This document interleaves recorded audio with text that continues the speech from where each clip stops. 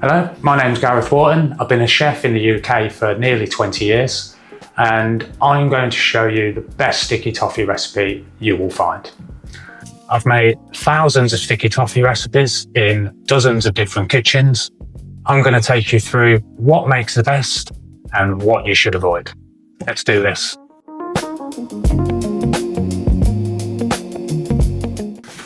Most sticky toffee pudding recipes are not sticky toffee pudding recipes. They are date cakes with a toffee sauce. And these are two separate things. So let me show you the difference. So first of all, like any good bake, we're going to start by browning the butter off. Okay, I'm going to get the butter on a nice medium heat, start getting that ticking down, and then once that's nice and browned, we'll get it in the fridge to cool. If it's set quickly, you could whisk it over ice. We're not in that much of a rush today, so we're just going to place this in the fridge to reset. This is the first trick to separate the pros from the amateurs, and it's the dates. It's a sticky toffee pudding, the dates are the flavour, but they're not just the flavour. They add to the structure, they add to the moistness, and they do that in a variety of ways. So we're going to go through it. Medjool dates. We all know them, we all love them. Full of nice caramel flavours. We've got our stability, our Deglet Noir, plum-soaked dates.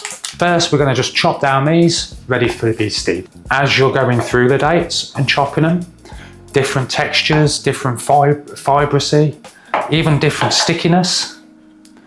All of these factors across the three different types of date are what will go into giving us the best sticky toffee we've got. Now, we just need to bring the water and the coffee to the boil, ready to steep them. And when I say steep, I do mean steep, not boil. You don't want the dates boiling away. It's going to start to break down the fibres too early. It's going to slow down the release of pectin and natural sugars. So you just want it to steep, making sure they're all nicely submerged. Batouche, straight on top. And that is just going to keep all them dates nicely submerged for you.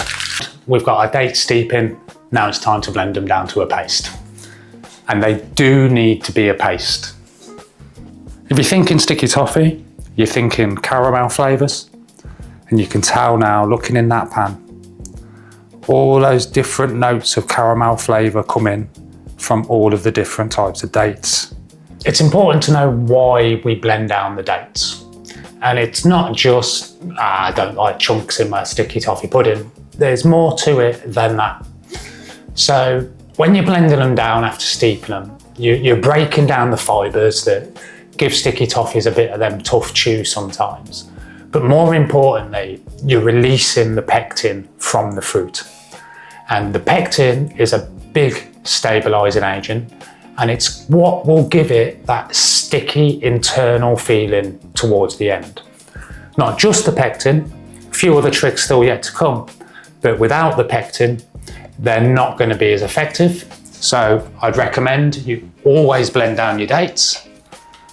We're going to chuck the date paste back into a pan. Then all we're going to do is get the paste on a heat, and then in with the bicarb.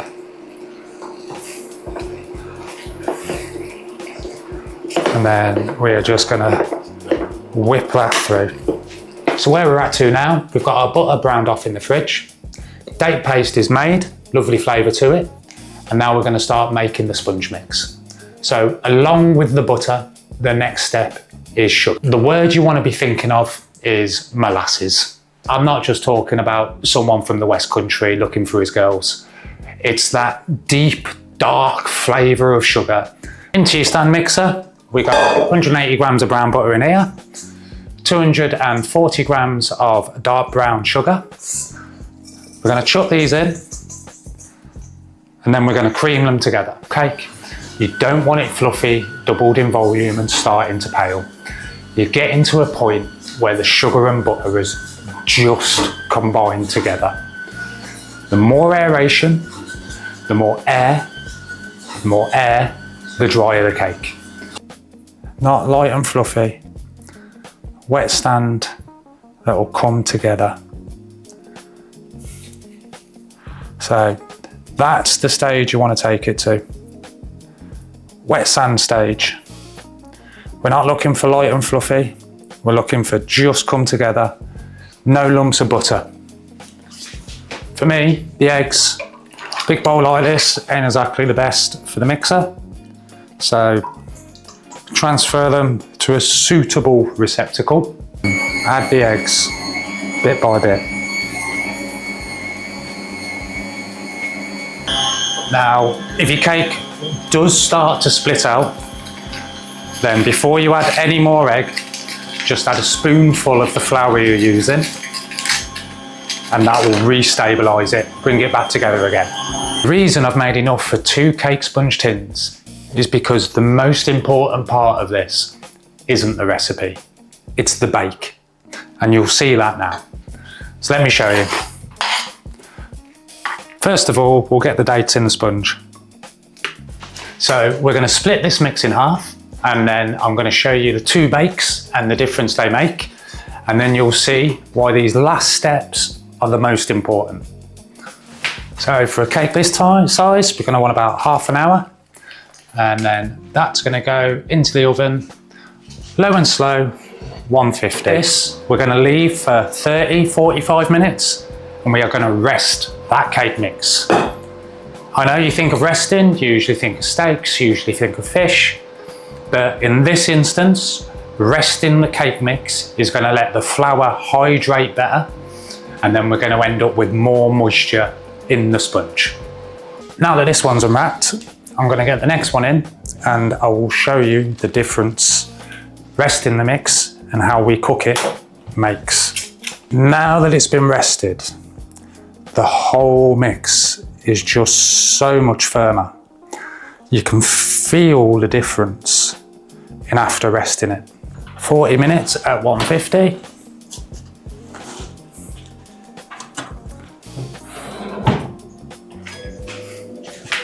And then we'll be able to compare how the 2 work. Now, onto the sauce. We've got the last of the brown butter there. So again, treacle, brown sugar, and plenty of it. Don't be shy, it's a toffee sauce. And then we're going to go in with the double cream.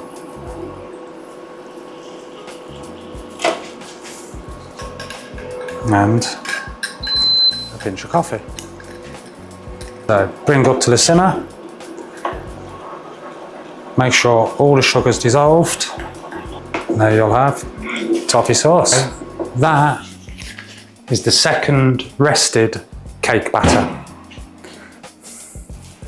And then here's the bit where it stops being a date cake, starts being a sticky toffee. I'm going to skewer it up.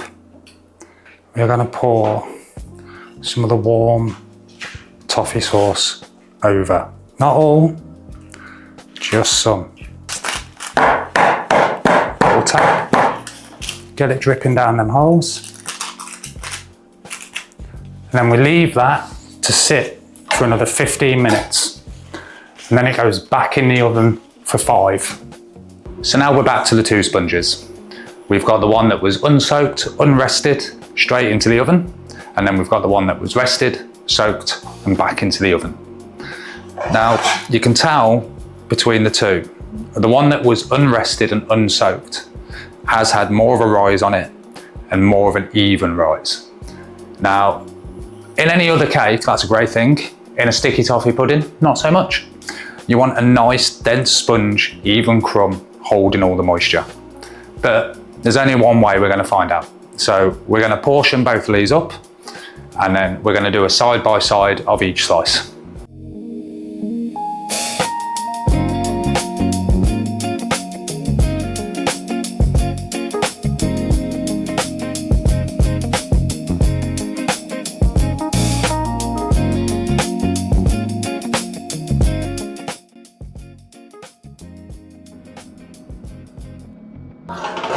That is the fundamental difference because sticky toffee pudding is served warm. Here, our standard piece, already started to dry out, already started to go crumbly. Our second piece, very different result. You can see, no drying out. Sauce is now soaked into the sponge. Toffee all over the top. Perfect. Softness test. Oh, look at that. If you want a nice sticky date cake that you're just going to eat cold and not reheat, that's the recipe to go for. If you want one that you're going to be reheating to serve warm toffee sauce, as we all know and love, this is the one that you'd want.